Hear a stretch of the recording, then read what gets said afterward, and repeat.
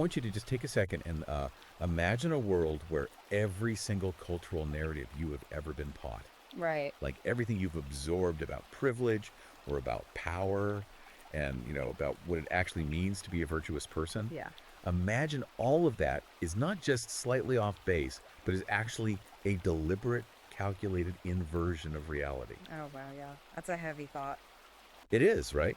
I mean, Uh, imagine that the language you use every single day, the very words you use to think, have been mathematically engineered to extract your resources, to suppress your natural instincts, and basically just keep you totally docile. it's a reality where the moment you try to speak the truth, you realize the vocabulary you need it's already been hollowed out. Yes, Well, exactly. it's been weaponized against you. Exactly. Well, welcome to the deep dive. Glad to be here. If you are tired of generic cultural commentary and you really want to understand the actual architecture of the modern world, you are absolutely in the right place today. 100%. But before we plunge into this absolute behemoth of a topic, please take a quick second to like and subscribe to the show. Yeah, it really helps us out. It does. We rely on you to keep these deep dives going. So today, we are undertaking a really comprehensive cover-to-cover review of this highly provocative new ebook. It's very provocative. Oh, incredibly. It's titled Word Made Flesh. And the subtitle is How the Transcendentals Defeat the Materialist Possession of the Left-Right. Yes, exactly, by Conrad Riker. And we highly, highly encourage you to grab a copy for yourself on Amazon Kindle or Google Play Books so you can actually follow along with the source text. And we really mean follow along because it's a dense, unapologetic, and frankly staggering read. Yeah. Like, it pulls absolutely no punches. Not at all. And the mission for this specific deep dive was actually requested directly by you, the listener. Yeah, we got a ton of emails about this one. So many emails. We received this massive wave of requests to tailor an analysis specifically for a men's rights and sort of red-pilled manosphere perspective. You wanted us to really unpack the history and the underlying architecture of Western institutions, before their alleged capture by feminist and Marxist ideologies. And we need to make a really important point right here at the start. Yes, definitely. Because this source material contains some very highly politically charged content. Oh, extremely charged. It touches on gender dynamics, high-level political theory, culture wars, all of it. Right. So we want to be absolutely perfectly clear right out of the gate. We are not taking sides here. No, not at all. Nor are we endorsing the viewpoints presented in this book. Right. Our mission today is strictly to impartially report on the content. Exactly. We just want to decode the author's incredibly complex arguments and convey the ideas contained in the original text so you can thoroughly understand this specific worldview.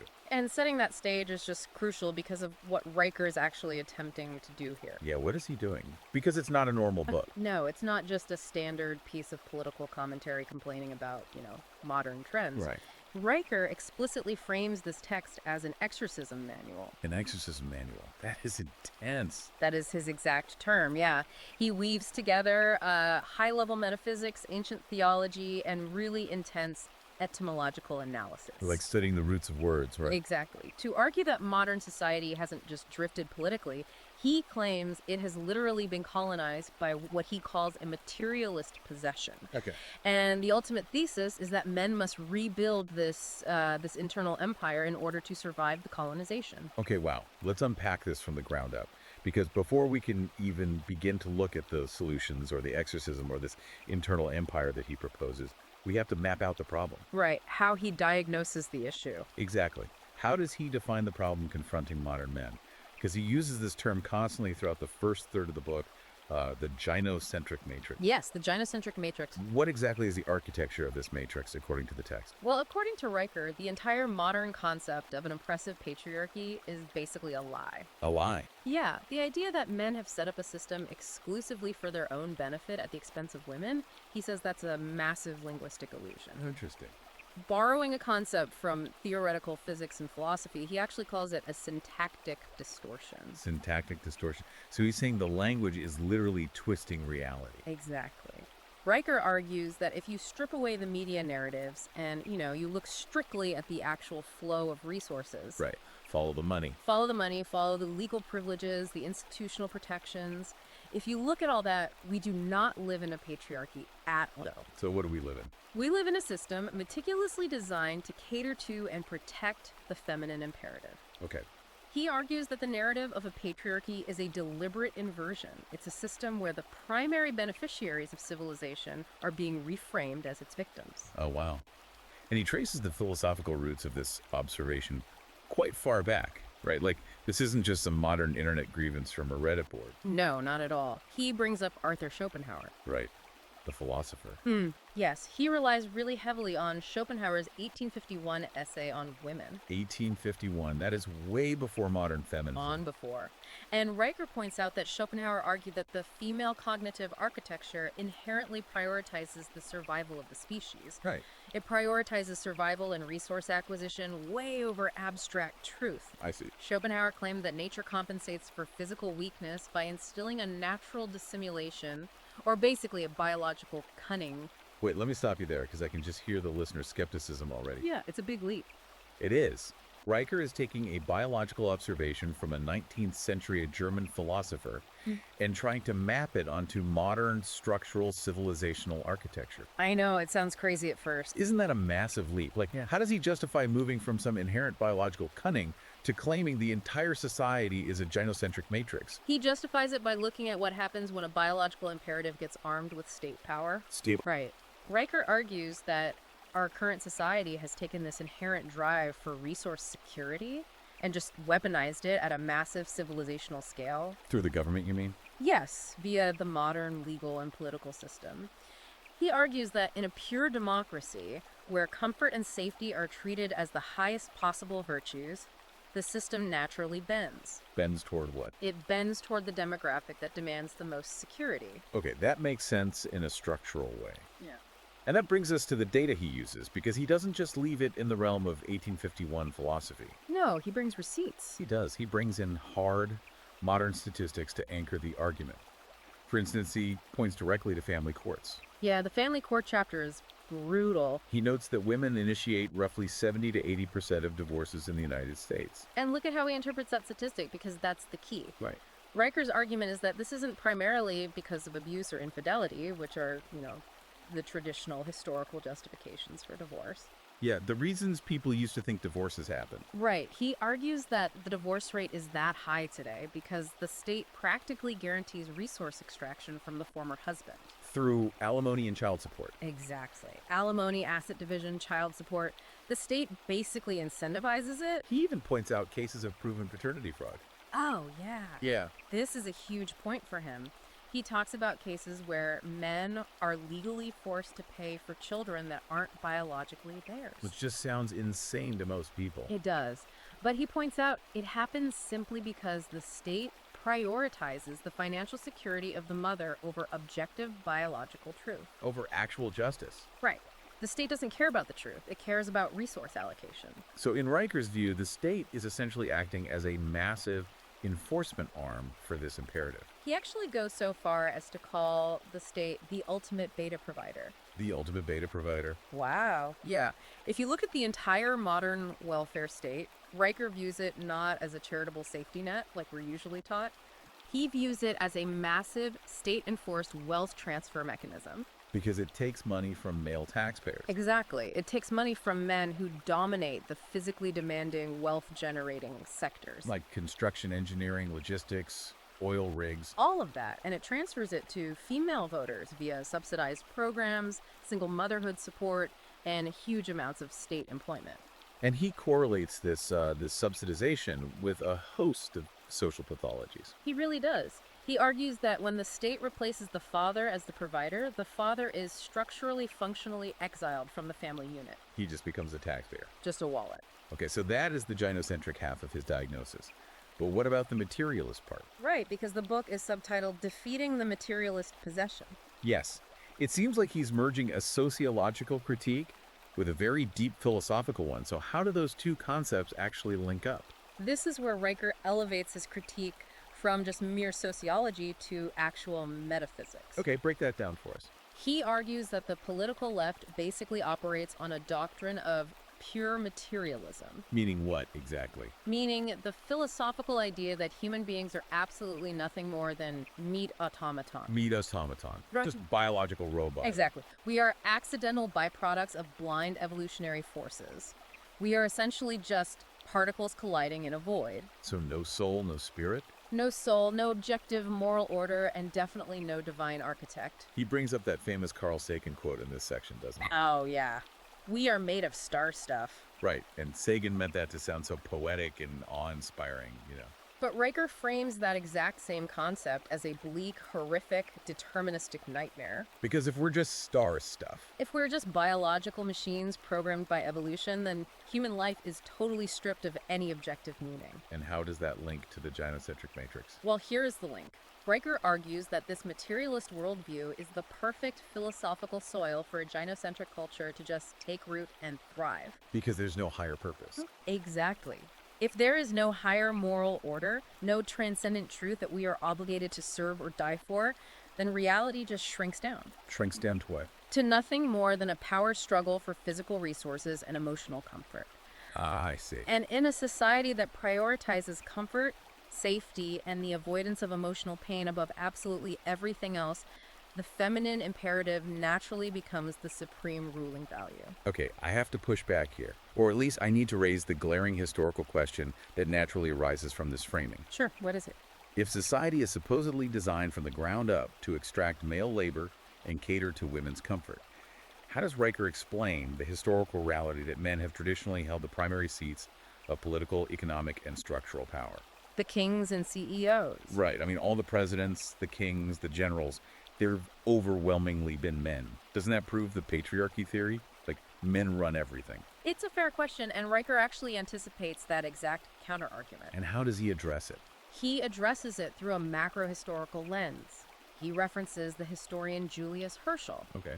specifically Herschel's documentation of the collapse of the Roman Empire, to make his case. Riker argues that you really have to look at the life cycle of a civilization. The life cycle, like a biological organism. Yeah. Civilizations are built during their founding phase under the ordering principles of patriarchal natural law. So during the building phase, it actually is a patriarchy. Yes, but out of sheer necessity. Right, because building a society from scratch is brutal. Exactly. During the building phase, male hierarchy, objective truth, physical endurance, martial virtue, all of that is prioritized because they are absolutely necessary for survival. You can't build aqueducts with feelings. Right. You can't build aqueducts, you can't conquer hostile territory, and you can't establish basic infrastructure using the morality of comfort. Right. The men build the infrastructure because nature essentially forces them to. It's adapt or die.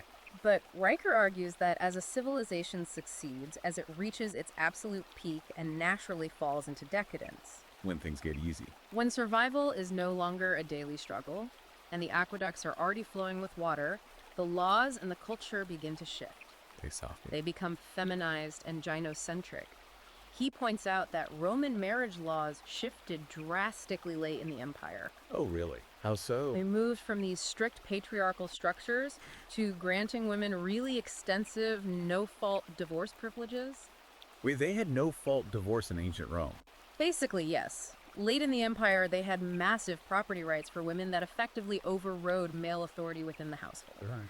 And Riker views this not as moral progress, which is how we usually teach it today. He views it as the fatal, totally predictable symptom of civilizational collapse. So the rough men who built the system are displaced by the consumers of this system. Exactly. The builders are replaced by the consumers. That is a stark historical parallel. It basically says that what we call progress is actually just the luxury of decadence right before the fall. It's a very cyclical view of history. It is. And this brings up a really interesting philosophical paradox that he spends a lot of time tearing apart in the book. Oh, the performative contradiction. Yes. There's this performative contradiction he highlights regarding the left's reliance on that materialist philosophy we just talked about. It's a massive, glaring vulnerability in their worldview, and Riker just relentlessly attacks it using formal logic. Walk us through his attack. He lays out a syllogism to expose their metaphysical incoherence. His major premise is this. If man is merely matter in motion, just brain chemistry and genetics, then all human behavior is physically determined. Right. We are essentially just reading a script written by biology and physics. Okay, that's the major premise. His minor premise is moral agency requires free will. To be morally judged for an action, you must have possessed the capacity to have chosen otherwise. That makes sense. Therefore, the conclusion is that materialism logically negates moral agency. Right. If we are just biological robots responding to chemical stimuli, nobody is actually choosing to be good or bad. Like, a calculator isn't evil if it gives you the wrong answer. It's just malfunctioning. It needs new batteries or code. That is the perfect analogy. Yet, as Riker observes, the materialist left moralizes endlessly. They really do. They are arguably the most puritanical force in modern society right now. No, 100%. They condemn, they cancel, they demand censorship with this intense, almost religious zeal. That's like a secular religion. He points out the staggering absurdity of denying the soul and denying free will, claiming we are just meat automatons, but then shrieking with moral indignation when those automatons vote the wrong way. Or use the wrong pronoun. Or express an unapproved opinion. He calls this metaphysical incoherence. Metaphysical incoherence. Yeah. They want the moral authority of a religion while maintaining the bleak determinism of an atheist materialist. So if this materialist gynocentric system is so logically incoherent, and if it's supposedly completely contrary to natural law, how on earth did it successfully hack the cultural operating system of the entire Western world? Right, because it didn't just happen randomly. It didn't happen by accident. It took over all the institutions. It definitely didn't happen by accident. Riker takes us deep into the history of linguistics and institutional capture to explain the mechanism. Okay. He argues that this matrix was installed through what he explicitly calls etymological warfare. Etymological warfare. The war of words. Yes. And he traces this ideological virus back to a very specific historical moment, which I found fascinating. Yeah. 1933. 1933, yeah. Pivotal year. This is when the Institute for Social Research, which is much better known as the Frankfurt School, fled Nazi Germany and set up shop in the American Academy. Specifically at Columbia University in New York. Right. And we are talking about highly influential foundational figures like Theodor Adorno, Max Horkheimer, and Herbert Marcuse. And Riker spends a lot of time on these figures because their primary weapon was critical theory. Critical theory. We hear that term a lot today. We do, but Riker frames critical theory not as a valid academic lens for examining history, which is how it's taught. He frames it as a secularized heresy. He argues their explicit documented goal was to completely undermine what they called the authoritarian personality of the West. Okay, and how did they plan to do that? Well, to do that, they identified the traditional patriarchal family unit as the primary obstacle. Now wait, why the family? Why not just attack the government or the banks or the military? Because the father figure represents internalized authority. Internalized authority. The father represents the internalized logos, the ordering principle of natural law and discipline within the home. Oh, I see. Riker argues that to destroy Western civilization, the architects of critical theory realized they couldn't just win an election. An election isn't enough. No. Yeah. They had to, metaphorically speaking, kill the father. They had to replace objective truth with a constant subjective dialectic. A dialectic that just criticizes everything. Exactly. It criticizes, subverts, and deconstructs all traditional authority from the inside out. And the primary delivery mechanism for this deconstruction is language. This concept of etymological warfare is fascinating, and honestly, it's a bit terrifying when you see how he lays it out in the book. It really changes how you read the news. It does, because Riker claims that the left doesn't usually bother arguing against traditional values head-on. They rarely debate the actual merits. Instead, they actually steal the traditional words, hollow out their original meanings, and then just wear them like a skin suit. It's total linguistic subversion. He looks at the word virtue as a prime example of this. Oh yeah, break down the virtue example. He points out that etymologically, the word virtue comes from the Latin word vir, which literally translates to man. Yes, man.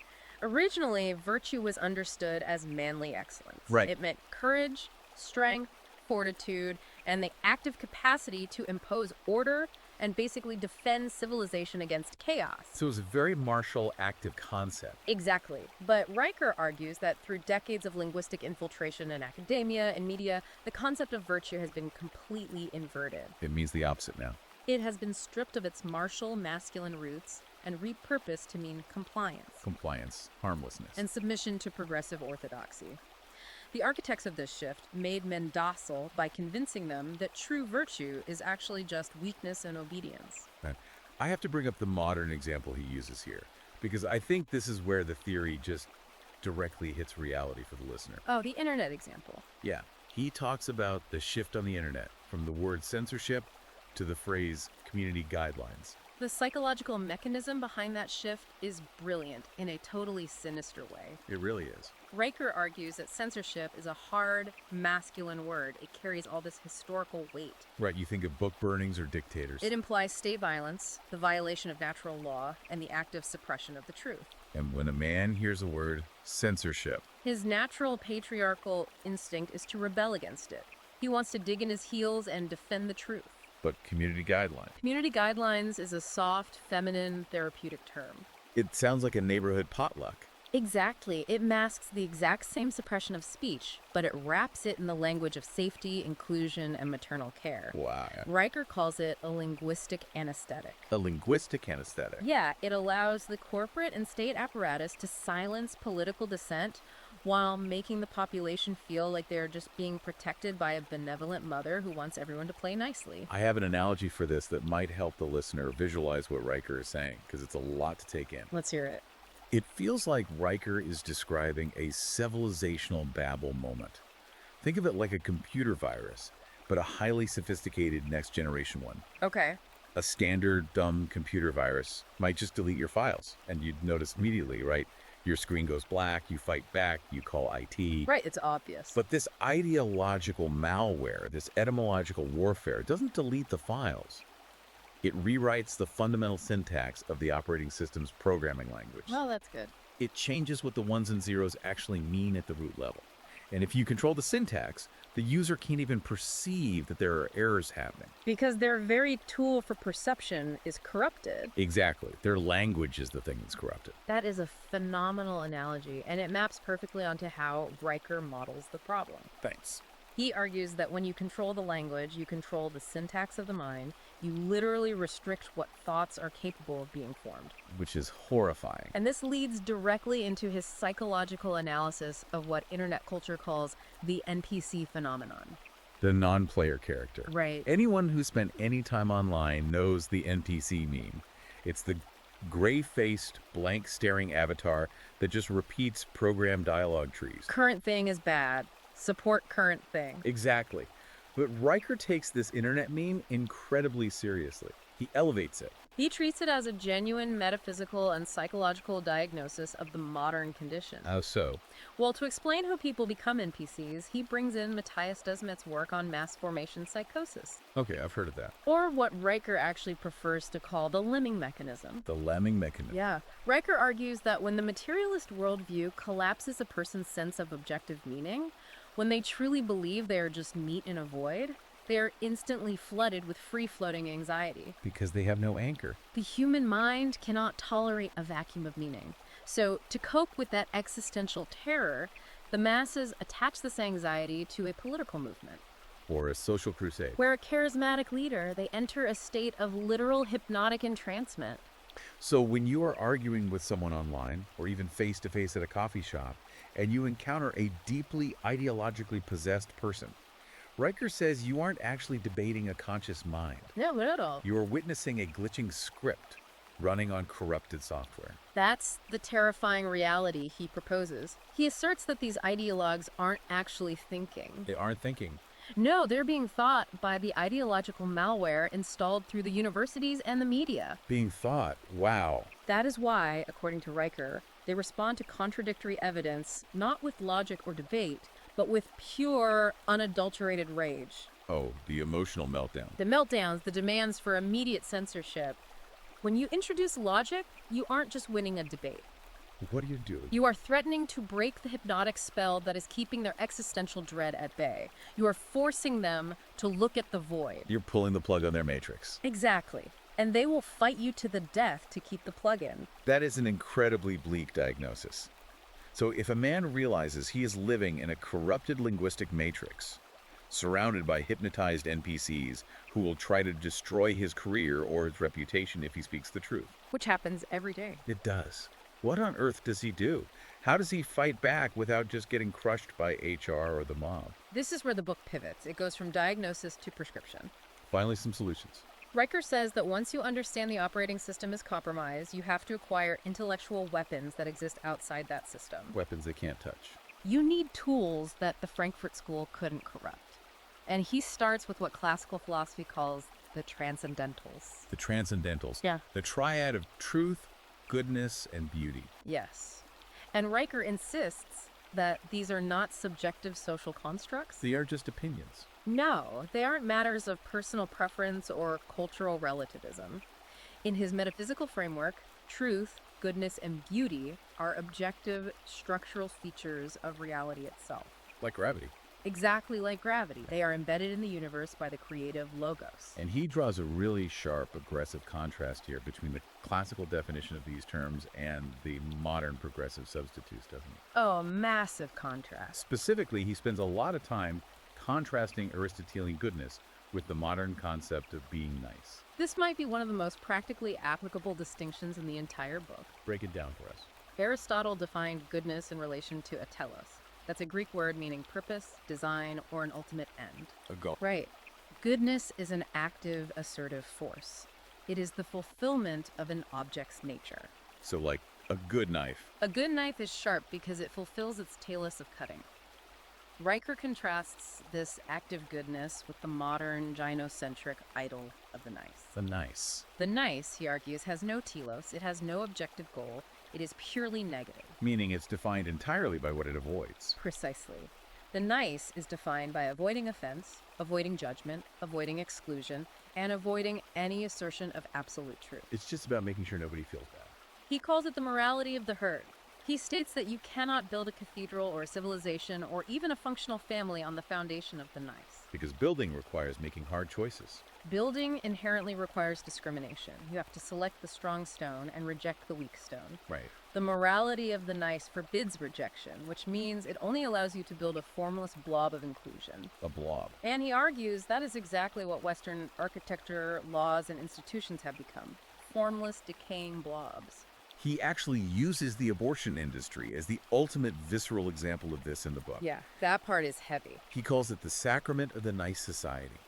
He points out how the rhetoric of compassion, healthcare, and bodily autonomy is used as this soft, nice euphemism to mask the literal, physical destruction of human life. It's the ultimate victory of therapeutic language over objective biological reality. And to combat this weaponized therapeutic language, Riker demands that men master a very specific intellectual defense system. The Trivium. The Trivium. This is the ancient educational system composed of grammar, logic, and rhetoric. It was the absolute foundation of Western education for 2 millennia. Right, before it was systematically removed from the school system. And he argues it was removed intentionally. Of course. Riker observes that the modern left operates almost exclusively in the third tier of the Trivium, which is rhetoric. Just emotional manipulation. They use emotional manipulation totally detached from reality to achieve power. They bypass grammar and logic entirely because their arguments literally cannot survive them. Let me give a concrete example to ground this for the listener. Okay, let's hear it. Let's say a listener's in a corporate diversity meeting, and they are accused by HR of exhibiting toxic masculinity. Oh, that happens all the time. What does applying the Trivium actually look like in that specific high-pressure scenario? That's a perfect scenario. Most men will instantly try to defend themselves in the realm of rhetoric. They'll apologize or get defensive. They will apologize or get angry or try to prove they're nice guys. Riker says that is a trap. You lose the very moment you accept their corrupted language. So what do you do instead? Instead, you drop down to grammar. Grammar. You calmly ask, can you provide a precise, objective definition of the word toxic? And can you define exactly what masculinity is in this specific context? You force them to define their terms. Yes. Because they are operating on emotional scripts, they usually can't. You just glitch out. But if they do provide definition, you move to the second tier, which is logic. Okay. You ask them to demonstrate the premises that lead to their conclusion. Make them show their work. Exactly. Riker claims that because their ideological edifice is fundamentally incoherent, because it's built on that materialist contradiction we discussed. Forcing them to define their terms and show their logic will cause their arguments to collapse in seconds. You expose the NPC script. You expose the code, and it breaks. Okay, here is where the book gets really intense and honestly incredibly dense. The math part. Yeah, Riker doesn't just stop at ancient Greek educational models. He brings in what he calls the heaviest intellectual artillery possible. He introduces Christopher Langan's cognitive theoretic model of the universe, or the CTMU. Yes. Christopher Langan is a fascinating, highly controversial figure. He's the guy with the massive IQ, right? He is often cited as having one of the highest recorded IQs in the world, and he works totally outside the traditional academic system. Right. His CTMU is an incredibly complex theory of everything that attempts to bridge physics, mathematics, and theology into a single logical framework. And Riker leans on the CTMU heavily in this book. But I have to ask on behalf of the listener. Sure. Why? I mean, how does Riker connect high-level astrophysics and theoretical metaphysics to a listener who is just trying to survive a hostile HR department? Or navigate a brutally biased family court. Exactly. Or just live a normal life without being canceled. It seems like a massive, totally unnecessary leap from dealing with daily progressive overreach to debating the fundamental mathematical structure of the cosmos. It seems like a leap, but Riker argues it is the most vital step in the entire book. Why is it vital? He brings in the CTMU because it provides what philosophers call ontological necessity. Ontological necessity. It provides the ultimate bedrock for why you should even bother fighting back. Explain that. Break down the mechanics of the CTMU as Riker uses it. Let's try to simplify how Riker applies Langan's theory, because it is complex. Yeah, keep it simple for us. Langan posits that reality is not a collection of dead matter randomly bumping around. He theorizes that reality is a self-configuring, self-processing language. Okay, reality is a language. Think of the universe not as a box full of bouncing billiard balls, but as a giant, ongoing computation. Like a computer running code. Exactly. In a computer, you need a processor to read and execute the code, right? Right. Langan is arguing that the universe is the code, and human consciousness is the processor. Within this model, human beings are not biological accidents. We aren't meat automatons. No, we are syntactic operators. Syntactic operators, meaning I process the grammar of reality. Exactly. You aren't just existing in the universe. You are the hardware the universe uses to understand and order itself. Wow. Therefore, to exist as a conscious, rational man is to be required by the universe. Required. Riker uses the CTMU to prove to the modern man that he is not superfluous. If reality literally needs conscious agents to process its syntax, then a man's adherence to logic, his speaking of the truth, and his building of order is not just a personal preference. Or a political stance. Right. It is a cosmic duty. So when a guy applies the Trivium in that HR meeting, he isn't just winning a corporate debate to save his job. Riker argues that when you speak the truth in a room full of lies, you are literally the universe correcting its own syntax. You are fixing a glitch in reality. You are debugging the universe. And he argues this is the ultimate definitive cure for the existential depression pushed by atheistic materialism. Because it gives you ultimate meaning. If the materialists are right, and you are just a meatbag destined for the void, then despair, passivity, and nihilism are entirely logical responses. Why even get out of bed? Exactly. But if the CTMU is right, despair is a mathematical category error. You matter because you are a vital carrier of the code of creation. That is a staggering reframe of human purpose. I love that. But metaphysics and the Trivium are still intellectual blueprints. Their theory. Right. How does Riker instruct the reader to actually construct their life on a daily basis? How do you survive in this environment practically when you wake up in the morning? This brings us to the strategy of resistance. And building what he calls the internal empire. The internal empire is a fascinating concept, and it's where the book becomes highly prescriptive. Very practical. Riker draws heavily on ancient monastic traditions here.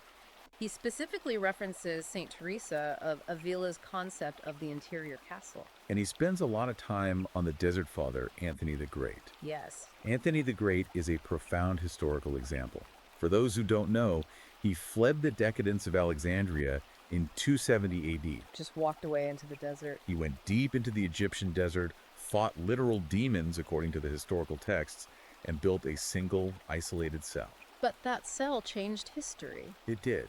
That single cell eventually grew into a massive spiritual army, the monastic movement. that arguably preserved Western civilization and literature through the eventual fall of Rome. And Riker uses Anthony's cell as the template for the modern man. Okay. He insists that the internal empire is not a place to hide. It is a highly fortified psychological and spiritual structure composed of 3 concentric walls of defense. 3 walls. You have to build these walls before you can engage the culture. Let's walk through those 3 walls. What's the first one? The outer wall is the disciplined body. The body. This is relentless physical cultivation and martial readiness.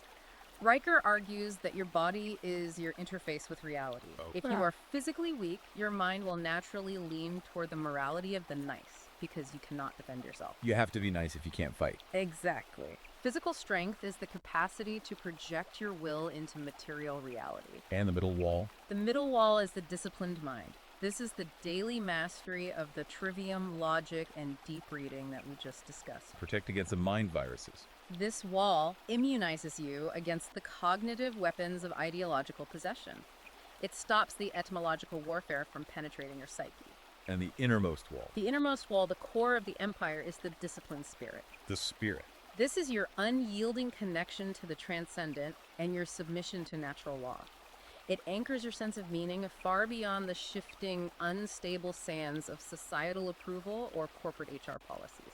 And he lays out a very specific daily routine for building this fortress, which he calls the praxis protocol. Yes, the praxis protocol. It is incredibly strict. I mean, it's not a self-care routine with bubble baths. It's a wartime protocol. It is entirely focused on eliminating passive consumption. He views passive consumption as the primary way the gynocentric matrix hacks your dopamine system. TikTok, Instagram, all of it. Right. The protocol demands that your morning begins with prayer or Stoic meditation. Absolutely no scrolling, no email, no checking the news. No digital input whatsoever for the first hour. He is very aggressive about that point. He says looking at your phone first thing in the morning is willingly installing the enemy's malware before you've even booted up your own firewall. Extremely aggressive language. Yeah. Then the protocol requires physical training that produces actual heavy sweat. Actual sweat. If you aren't sweating, you aren't training. He argues physical exhaustion burns out the free-floating anxiety of modern life. And after training? This must be followed by a minimum of 30 minutes of deep reading. And he is incredibly specific here. Physical books. Not Kindle, ironically. Not articles, not social media posts, not even long-form blogs. You must read texts that require sustained concentration and actually build your attention span. And finally, productive work aligned with a masculine calling. Labor that builds order rather than just consuming entertainment. it's all built around the principle of strict self-governance.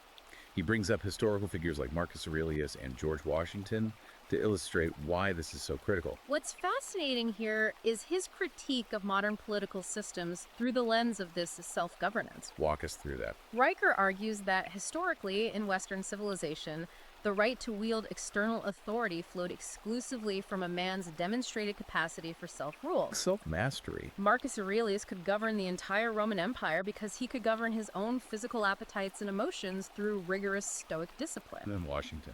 George Washington could be trusted to surrender power, to walk away from being a king, because he had first conquered his own ego. No man unfit to govern himself is fit to govern others. I believe that's the ethos he's channeling. Yes.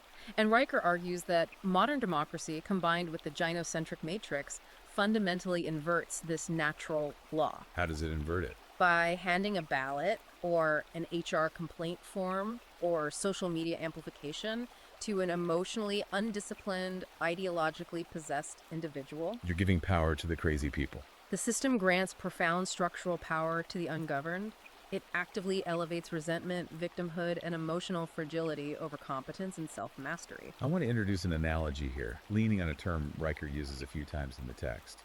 Spiritual ballistics. Oh, the ballistics analogy is great. Because when you talk about retreating inward, building a cell in the desert like Anthony the Great, or constructing this internal empire, it sounds to a lot of modern guys like giving up. That sounds like coping. It sounds like pure escapism. Yeah. But the spiritual ballistics concept changes that entirely. Break it down.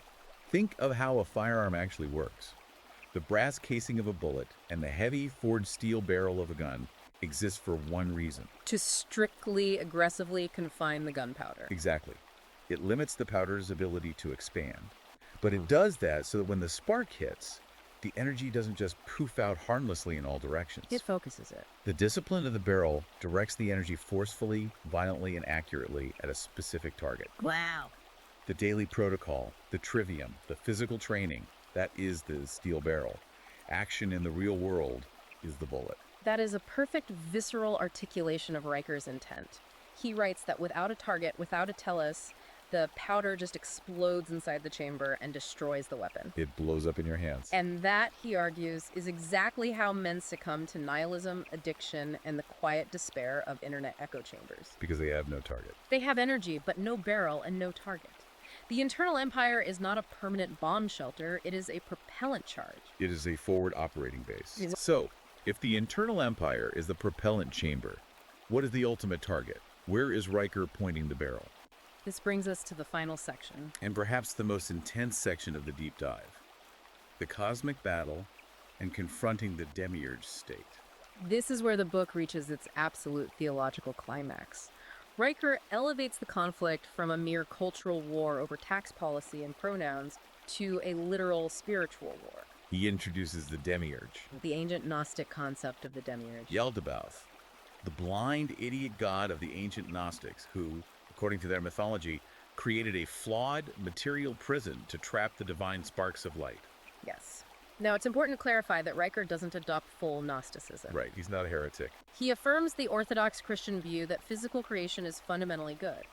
But he uses the concept of the demiurge as a powerful metaphor for the modern administrative state. The state is a false god. He argues the state has swollen to the point where it has become a false god. It demands absolute worship, total compliance with its shifting moral codes. And it demands your financial resources through endless taxation. It operates as a competing religion, complete with its own dogmas. Its own heresy trials via cancel culture. And its promise of ultimate salvation through bureaucratic regulation and welfare programs. He argues that the demiurge state literally wants to trap the logos, the masculine spirit of creation and truth, within a prison of dead bureaucratic matter. Yes. And he warns against the specific psychological trap that he claims has neutralized Christian and conservative men for centuries. He calls it the Thomas à Kempis distortion. This is one of his most provocative critiques in the entire book. Yeah, explain this one. The Imitation of Christ by Thomas à Kempis is one of the most widely read, beloved devotional books in history. Millions of people have read it. But Riker argues it has been systematically misused to convince generations of men that genuine spirituality means passive retreat, quietism, turning the other cheek to evil, and hiding from the world in private, silent meditation. Riker says that's a partial truth masquerading as the whole truth, which makes it a lie. He points out that Christ's actual ministry wasn't just sitting quietly in a garden. No, it was active. It involved intense public confrontation, publicly humiliating the corrupt authorities, flipping tables in the temple with a whip, and ultimately a political execution. To anchor this demand for action, Riker leans heavily on the Gospel of John, specifically John 1:14. The Word became flesh. The theological necessity of incarnation.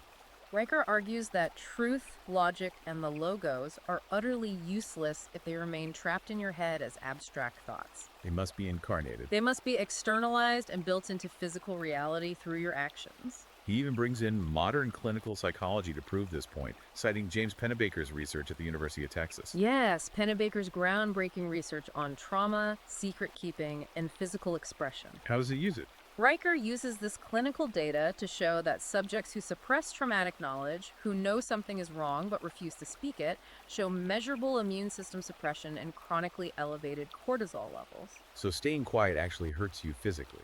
When you know the truth but refuse to speak it, out of fear of HR, fear of your boss, fear of your wife, or fear of societal cancellation, your body chemically punishes you for your cowardice. Wow. Suppressing the logos literally, biologically, makes a man sick. Okay, so this leads me to my biggest question, and it's a question I know a huge portion of our listeners have right now. Let's hear it.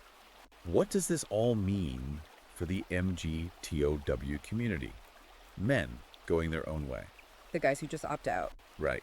There is a massive contingent of men online who have read the statistics, who have experienced the bias in the family courts firsthand. They've been through the ringer. They look at the gynocentric culture, Yeah. and they have logically decided that the only winning move is not to play. They walk away. Yeah. They focus on their hobbies, play video games, invest their money quietly, and refuse to engage with society or women. If Riker agrees that the system is a rigged demonic matrix, why does he come down so hard on the men who decide to just walk away? Because Riker views the MGTOW response, despite its logical understanding of the system's corruption, as a fundamental failure of oikonomia. Explain oikonomia. It's the ancient Greek concept of household management, stewardship, and the active ordering of the material world. Taking responsibility. Riker argues that the fundamental Adamic duty of man, going all the way back to Genesis, is to order the void. To bring order to chaos. It is the masculine imperative to impose logos on chaos. Walking away, retreating to your basement, and playing video games is a chaotic rejection of that deep cosmic responsibility. So you can't just check out. No, it is surrendering the physical territory of reality to the demiurge. So he is demanding active reconstruction, not just passive withdrawal. He's saying you can't just unplug from the matrix, you have to build Zion. Absolutely. He advocates for what he calls the Constantine precedent. Like Emperor Constantine. Yes. When the Roman Empire was collapsing under the weight of its own decadence, the early Christians didn't just hide in caves and wait for the end. They didn't just play video games. Right. They actively built parallel structures. Riker is calling for the exact same thing today. The creation of heavily fortified parallel networks. What kind of networks? He wants homeschooling co-ops to replace the captured education system. He wants private business networks that explicitly reject progressive ideology. A parallel economy. He wants a return to Orthodox churches that preach muscular Christianity. He wants men to build monasteries in the ruins of the empire, but monasteries with heavily fortified walls, robust economies, and men ready to aggressively defend them. So, to summarize this massive, intense journey we've just taken through Conrad Riker's Word Made Flesh. It's been a lot. It has. We started with the diagnosis of a gynocentric matrix, a legal and cultural system designed to extract male resources, powered by a bleak, materialist philosophy that strips human life of objective meaning. The meat automatons. Right. We examined how the system was methodically installed through etymological warfare by the Frankfurt School, corrupting the very syntax of our language and producing the hypnotic, rage-driven NPC phenomena. The mass formation psychosis. We then looked at the weapons required to fight back. The objective reality of the transcendentals, the intellectual rigor of the trivium of grammar, logic, and rhetoric. And the ontological necessity provided by Christopher Langan's CTMU. Proving that men are essential processors of cosmic truth. Finally, we explored the tactical application, building an internal empire of a disciplined body, mind, and spirit, and aiming that spiritual ballistics outward to confront the demiurge state. By building robust parallel structures in the ruins of the West. It is a sweeping, unapologetic, and frankly exhausting survival manual for a culture he views as deeply fundamentally hostile to the masculine spirit. It truly is a remarkable, if highly controversial, synthesis of incredibly diverse fields. I mean, from 19th century Schopenhauer to high-level astrophysics to ancient monastic theology. That's wild. And if we want to leave you, the listener, with a final thought to mull over, something that builds on Riker's premise but extends it into the immediate future, we have to look at the explosive rise of technology. Oh, AI. Yes, artificial intelligence. Riker argues that reality is fundamentally a language, the logos, and that the left maintains its power through etymological warfare, deliberately corrupting the syntax of human thought. Right. But right now, as we enter the age of AI, we are dealing with purely material, algorithmic systems trained on the exact same corrupted internet text that Riker warns about. Because it just scrapes the internet. Exactly. So the provocative question is this. Will AI become the ultimate demiurge? Wow. A cold, unfeeling machine perfectly automating the materialist possession and permanently trapping humanity in an inescapable gynocentric matrix. Or, conversely, because AI relies heavily on rigid formal logic and mathematics to function at all, will it accidentally enforce the trivium? Oh, that's an interesting thought. Will it expose the logical contradictions of emotional rhetoric and unintentionally break the spell of the ideological possession? That is a chilling and fascinating thought to leave on. Will the machine enforce the corruption, or will the cold logic of the machine shatter the illusion? We'll have to wait and see. If this deep dive resonated with you, if it gave you vocabulary for things you've been noticing, or even if it just challenged your preconceptions, you need to grab the actual source material and read it for yourself. Definitely. Check out Amazon Kindle and Google Play Books to buy Word Made Flesh by Conrad Riker. I highly recommend reading it directly. The book goes into much greater depth on all these concepts, particularly the intricate math of the CTMU and the historical applications of the Trivium. And if you want to follow the ongoing conversation and see how Riker applies these philosophical tools to daily current events, be sure to subscribe to Conrad Riker at Substack. Check him out. Thank you so much for joining us on this incredibly intense journey today. Remember to like and subscribe to the channel so you never miss a deep dive. And we will see you next time as we continue to decode the architecture of our world. Stay curious, stay sharp, and keep diving deep.